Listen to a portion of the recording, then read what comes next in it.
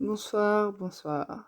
Il est actuellement 23h32 et je suis toujours réveillée alors que je devrais être dans les bras de Morphée. La faute à qui?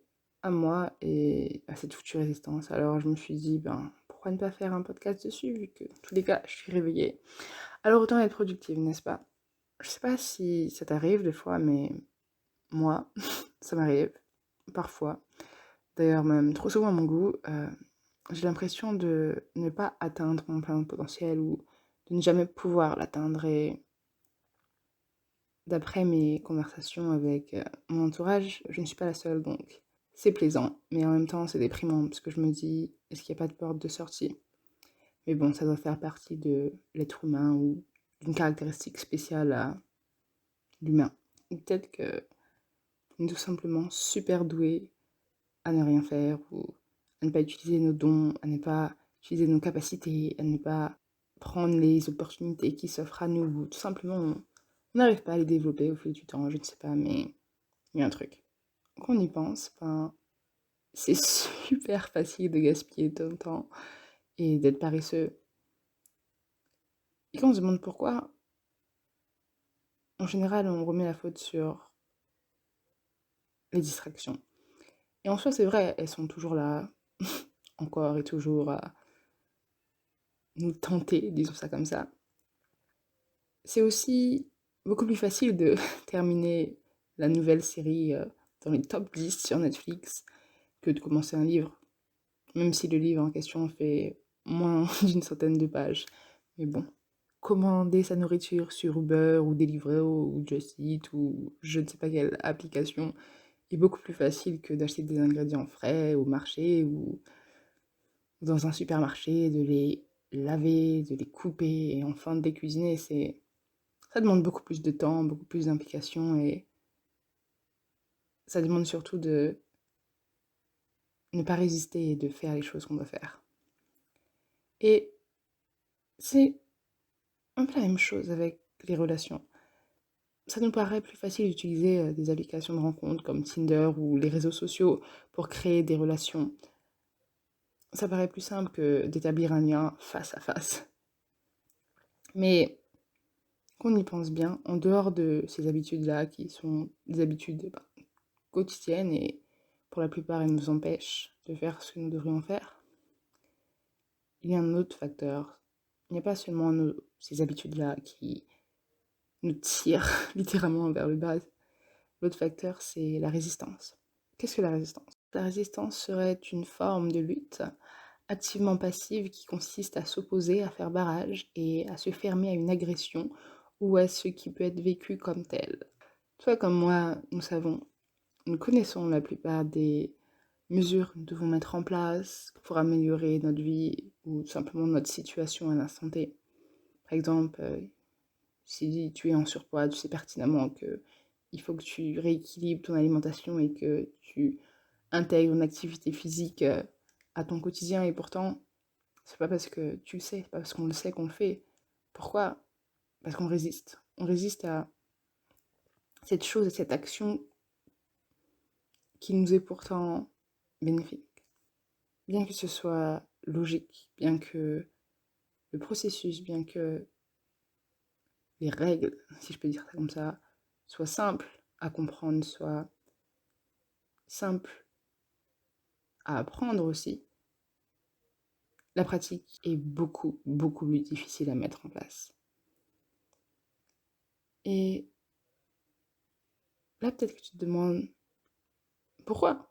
Pourquoi est-ce que c'est beaucoup plus difficile? Je dirais que c'est certainement dû, tu sais, à cette petite voix dans nos têtes qui nous pousse à remettre les choses à plus tard, qui nous dit c'est pas grave, tu vois. Ce petit écart-là, c'est pas si grave, on rattrapera demain. Bon, d'accord, effectivement, tu as pris un mollet au chocolat, en plus d'une tarte aux fraises, mais bon, c'est pas grave, c'est un petit écart, et bon, bah, demain, tu mangeras qu'une salade, pas de souci. Alors qu'on sait tous que demain, on ne mangera absolument pas qu'une salade. Et cette petite voix, elle est constamment avec nous, en tout cas, elle est constamment avec moi, et une façon que j'ai de dealer avec, si je veux dire ça comme ça, c'est un peu tordu, mais écoute quand même. C'est que j'ai même me demandé qu'est-ce que j'ai envie de ne pas faire. J'ai bien dit qu'est-ce que j'ai envie de ne pas faire. Et ensuite, je le fais. Au début, ça peut paraître bizarre, mais en fait, c'est super logique. Le petit doigt, justement, il te dit de ne pas faire telle ou telle chose, alors que consciemment, de manière logique, tu sais que c'est ce que tu devrais faire. Ce que cette voix, c'est un peu, comment dire, disons que cette voix symbolise ta résistance. Et donc, le fait de te demander qu'est-ce que tu ne veux pas faire, qu'est-ce que tu n'as pas envie de faire, en gros, c'est t'indiquer ce que tu dois faire. Et donc, en faisant ce que tu n'as pas envie de faire, tu fais ce que tu dois faire. Et donc, tu surmontes la résistance. Et ça peut être des choses complètement banales, les choses de la vie de tous les jours. Par exemple, je sais pas, tu demandes, bon, oui, bon, qu'est-ce que je n'ai pas envie de faire? Ça peut être, j'ai pas envie de laver cette vaisselle à peu près ton repas, t'as pas envie de te réveiller à 5 heures du matin un dimanche matin, t'as pas envie de trier tes mails, tu vois. Des choses vraiment banales, simples et quotidiennes. C'est pas forcément, je sais pas, t'as pas envie de courir un marathon. Je veux dire, si déjà de base t'as pas envie de, je sais pas moi, euh, d'écrire 10 mots et tu n'arrives pas à surmonter ce fait-là, enfin, si t'as pas envie de courir un marathon, ça va être un peu difficile de le faire alors que tu vas forcément résister plus. En fait, plus tu auras pas envie de faire telle ou telle chose, plus ta résistance sera grande. Et plus c'est quelque chose que tu n'as jamais fait ou que tu n'as jamais, comment dire, lutté contre, si je peux dire ça comme ça, plus ta résistance sera grande. Et donc, plus le fait de surmonter cette chose sera difficile. Et ce simple geste, ce simple fait de te demander qu'est-ce que tu n'as pas envie de le faire et de le faire immédiatement après, il semble anodin, mais ce n'est vraiment pas le cas. C'est un peu comme un entraînement, ok? Pour construire et renforcer ta capacité à surmonter la résistance. Après tout, quand tu penses que tu n'arrives pas à surmonter la résistance dans tes tâches quotidiennes de ta vie, ben, comment tu vas faire pour te mesurer, pour t'attaquer aux grands défis de ta vie? Mais ça ne suffit pas. Du moins, ce n'est pas la seule chose que je fais. Je pense que comme tout bon entraînement, du moins à mon avis, il faut qu'il y ait une phase de repos. Maintenant qu'il y a eu cette phase d'action, il faut la phase de repos. C'est comme quand tu es en musculation. Quand tu fais de la musculation, peu importe le sport que tu vas faire, tu vas d'abord casser ton muscle. Lorsque tu vas prendre des poids, etc., tu vas casser ta fibre musculaire et pour qu'elle puisse se reconstruire, pour que ton muscle puisse être amplifié, puisse grossir, puisse tout simplement prendre en volume, en force, et etc., etc., il faut une phase de repos. Et là aussi, il te faut une phase de repos. Une phase de repos, de silence et de solitude. Et lors de cette phase, ça va permettre à ton cerveau, à tes pensées, d'errer sans contrainte et tout simplement faire le point sur ta vie à l'instant T, sur ta vie, sur tes actions, sur un peu de tout en fait. Et ça va certainement te paraître super bizarre, légèrement ennuyeux, voire très très très ennuyeux, crois-moi, et inutile. Mais ce n'est pas le cas et tu verras, après avoir passé 5, 10 minutes, 15 minutes, voire plus, si t'en as envie, à ne rien faire, sans divertissement ou sans aucune stimulation extérieure, qui est en général assez difficile parce qu'on a l'habitude d'être tout le temps euh, trop stimulé. Et bien, après avoir passé cette étape, ça te paraît totalement normal. Et au fil du temps, tu vas peut-être commencer à chérir ces moments de solitude, ces moments de repos en tout cas. Moi, c'est mes moments préférés. En soi, quand on y pense, surmonter la résistance, c'est tout simplement être discipliné, c'est une discipline. Et l'un des meilleurs moyens, selon moi, pour commencer à s'autodiscipliner, si tu n'es pas discipliné selon toi, ou si tu trouves que ta discipline est lacunaire, ou qu'il manque des choses dans ta discipline, ou que tu n'es pas suffisamment discipliné, c'est la nourriture. Parce que nous avons tous besoin de manger, nous aimons tous ça, et si tu vis dans un pays développé, ou dans un pays riche, entre guillemets, tu as accès à une tonne de nourriture, et tu peux en avoir à foison, même sans forcément t'alimenter. Euh, Simplement en regardant de la nourriture, en sentant de la nourriture. Dire, il y a vraiment de la nourriture partout, partout, partout, partout. D'ailleurs, il y a même il y a même la food porn ou un truc du genre. Donc, c'est pour te dire à quel point la nourriture est présente dans nos vies.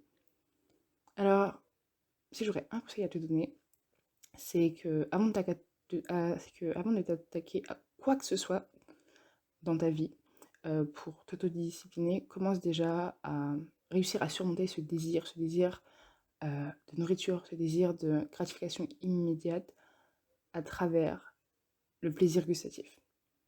Par exemple, tu peux te forcer à consommer un aliment que tu considères fade ou sans goût, un aliment que tu détestes. Par exemple, moi je hais les choux de Bruxelles. Franchement, je mange de tout, mais les choux de Bruxelles, c'est vraiment un truc que je ne peux pas. Et donc, ce que je fais, c'est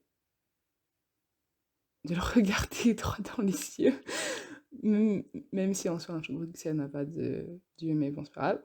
Et comme si en fait tu essayais de l'intimider ou de jauger sa force, comme si tu essayais de l'intimider ou de jauger sa force, comme si tu essayais de l'intimider ou de jauger la force de ton adversaire.